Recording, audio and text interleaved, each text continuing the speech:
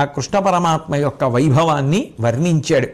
వర్ణించిన తరువాత శ్రీకృష్ణ పరమాత్మ ఆ ధర్మరాజు గారికి కొన్ని విశేషములను వివరించాడు. భీష్మాచార్యుల వారు ధర్మరాజు గారికి ఎలా చెప్పారో అలాగే శ్రీకృష్ణ పరమాత్మ స్వయంగా కొన్ని చెప్పాడు.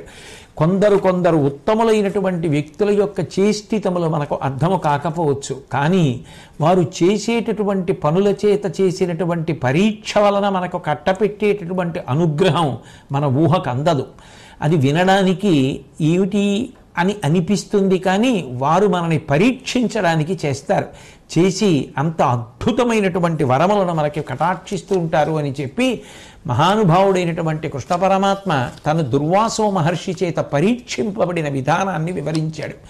ఆ దుర్వాసో మహర్షి హఠాత్తుగా మందిరానికి రావడం, ఎక్కడికో వెడుతూ ఉండడం, వస్తూ ఉండడం, ఒక్కొక్క రోజున ఏమీ తినకపోవడం, ఒక్కొక్క రోజున విశేషంగా అందరి కోసం వండినదంతా తినేస్తూ ఉండడం, హఠాత్తుగా ఒక రోజున కృష్ణ పరమాత్మని పాయసం అడగడం, పాయసం తీసుకొస్తే కొంత తిని మిగిలింది తన ఒంటికి రాయమనడం, ఒంటికి రాసిన తర్వాత రుక్మిణీదేవిని రథానికి గుర్రంలా కట్టి తాను అందులో ఎక్కి కూర్చుని ఆ రథం ఆవిడితో లాగించడం, కృష్ణ పరమాత్మ పక్కన నడవడం, చిట్ట చివరికి ఆవిడ లాగలేక పడిపోతే ఆవిడ మీద బూది జల్లడం, శ్రీకృష్ణ పరమాత్మ యొక్క ఓర్పుని పరిశీలించిన తరువాత ఆ దుర్వాసో మహర్షి వెళ్ళిపోతుంటే కృష్ణ పరమాత్మ అంత ప్రేమతో ఓర్పుతో ఆయన వెంట వెడితే, నిన్ను పరీక్షించడానికి పనులు చేశాను తప్ప అన్యథా బాధ పెట్టడానికి కాదు కృష్ణ.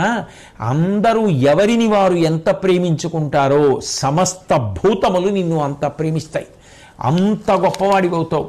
నాకు పాయసం రాసినప్పుడు అరికాలు దగ్గర రాయలేదు, నీకు కూడా అరికాలు దగ్గర తగిలినటువంటి బాణము వలన అమంగళం కలుగుతుంది, అది కూడా ఒక గొప్ప ప్రయోజనానికి కారణమవుతుంది తప్ప అది నీ యందు అన్యథా అన్వయమయ్యేటటువంటి అవకాశం లేదని ఆ దుర్వాసో మహర్షి నాకు వరం ఇచ్చారు అని చెప్పి అనుగ్రహించి ఆశీర్వదించారని, మహాత్ముల యొక్క నడవడి చాలా విచిత్రంగా ఉంటుంది, అందేది కాదు అని తాను దుర్వాసో మహర్షి చేత అనుగ్రహింపబడినటువంటి విధానాన్నంతటినీ కూడా ఆ శ్రీకృష్ణ పరమాత్మ ధర్మరాజు గారికి వివరించాడు.